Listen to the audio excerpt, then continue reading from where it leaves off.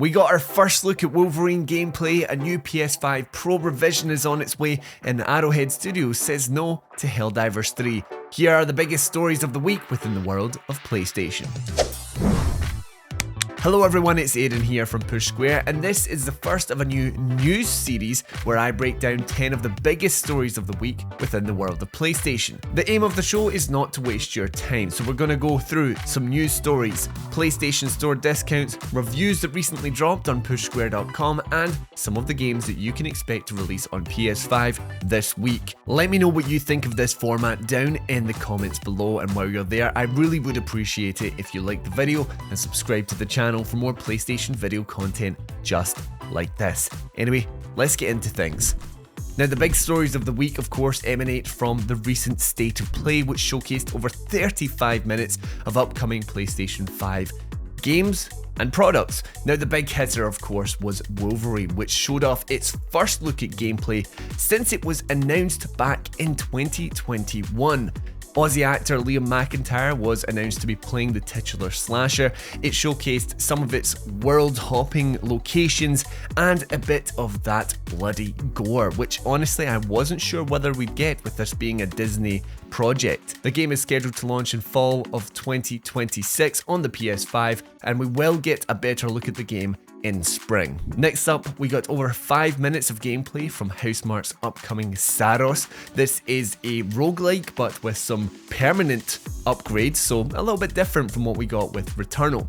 I honestly was kind of surprised by how Returnal it was, which isn't necessarily a bad thing, but I am keen to see how Saros stands on its own. This is said to have a central mystery where you're on a mysterious planet shadowed by an eclipse and you're trying to find the lost colony. It announced that it will launch on the PS5 March 20th, 2026. Next up, Sony announced a set of desktop speakers called the Pulse Elevate. Now, these are wireless speakers featuring planar magnetic drivers for studio-like sound, a built-in woofer for those bassy notes, Tempest 3D audio for that immersive PS5 sound design, and it also features a built-in mic and AI-enhanced noise rejection. Now, this thing is rocking that PS Link technology, so you can connect it to your PlayStation 5 or even your PS Portal, but it does include Bluetooth for that PC connectivity. It's coming in 2026, no exact release date yet, and no official wording on price. Sony celebrates 20 years of God of War with a new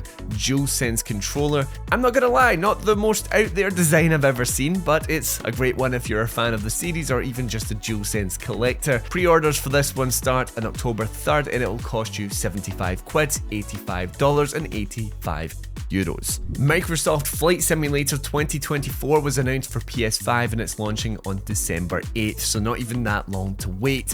Interestingly, this is actually going to utilize DualSense features. It will get a PS5 Pro enhanced version, and down the line, a free update will include full PSVR 2 support. That kind of makes it one of the best places to play this game, so it'll be interesting to check it out in VR for sure. Now, a quick note on the State of Play. We asked the readers over on pushsquare.com what they thought of Sony's recent showcase. With over 2,800 of you voting, 27% said it was a very good showcase, with just 10% saying it was poor and 5% saying very poor.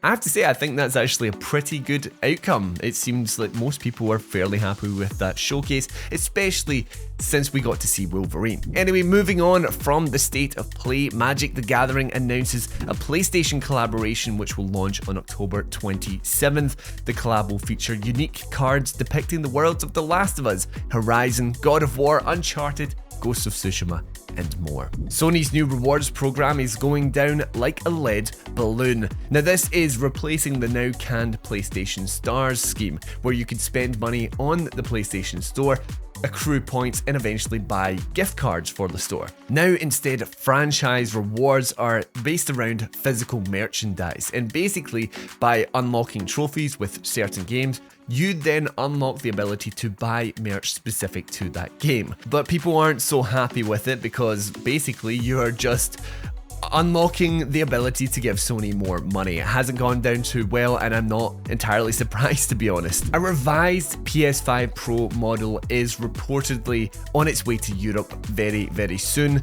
Reliable leaker Bill Kuhn has claimed that the new version is a minor hardware revision, potentially linking to improved energy efficiency, but otherwise it's going to be virtually identical. Now, this report says that the price will remain the same and that there will not be a reduction in SSD storage size, a move Sony did make with the regular PS5, so here's hoping that these leaks turn out to be true with the revised PS5 Pro Edition. Arrowhead Studios, the developer of the hit multiplayer shooter Helldivers 2, says not to expect Helldivers 3. Instead, it's hoping that Helldivers 2 is a forever game, with Arrowhead's CEO saying that there are no plans for Helldivers 3, just Helldivers 2 for as long as it can go. Lastly, Forza Horizon 6 has been announced, and it will feature a new Japanese setting. But despite Forza Horizon 5 launching on PS5 earlier this year, the next game will be a timed exclusive for Xbox and PC, coming to PS5 post-launch. So there are your 10 stories of the week. Let's get into the latest reviews to drop on pushsquare.com. Ghost of Yotei is of course our big one. It received a 9 out of 10 from Liam Croft, who called it the greatest Sucker Punch game ever. Atelier, Resler Rihanna, The Red Alchemist, and The White Guardian. I've almost definitely butchered that name. It received a 7 out of 10 from Sammy Barker, who called it a vibrant RPG that transforms grind into gold. NHL 26, which was reviewed by Graham Banas, received a 6 out of 10, being called a small step in the right direction for EA's hockey sim. Final Fantasy Tactics, The Evilest Chronicles, got a 9 out of 10 from Cale Adams, who said that the game is still the benchmark for turn-based tactics. EA Sports FC 26 came out last week. It got a 7 out of 10 from Sammy Barker, who called it flexible football for two kinds of players. You're going to have to head over to the Push Square website to find out what those two types of players are. Baby Steps got an 8 out of 10 from Stephen Tailby, who called it a rewarding, surrealist odyssey for those willing to fail. That one does look quite good.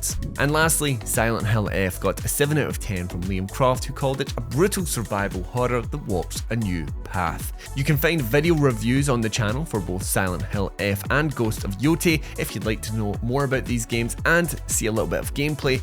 Everything else you can check out for your reading pleasure on pushsquare.com. Now let's move on to the store discounts of the week. The Tokyo Game Show 2025 sale is running through to the 8th of October, discounting games like Assassin's Creed Shadows, Monster Hunter Wilds, and even Death Stranding 2.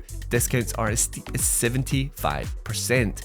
Your deal of the week, at least as of Monday 29th, is Slow Clap's Rematch, receiving a 20% discount across both its regular and deluxe editions. This is running until 1 minute to midnight on the 1st of October. Lastly, let's look at 5 of the biggest games heading to PS5 this week.